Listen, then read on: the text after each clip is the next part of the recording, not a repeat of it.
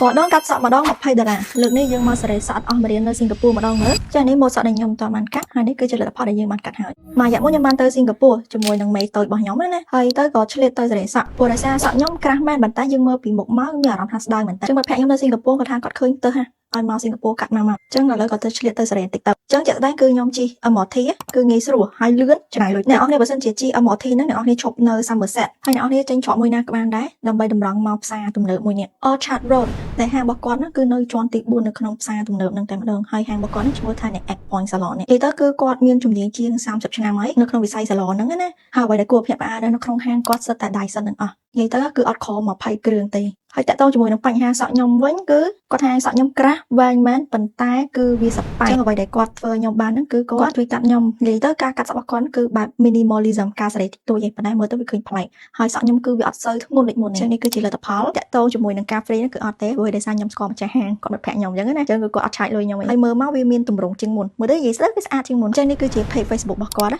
បើសិនជាចង់ដឹងព័ត៌មានផ្សេងៗអ្នកនរគ្នាអាចធ្វើការឆាតទៅខាងគាត់បានណាគេអរគុណ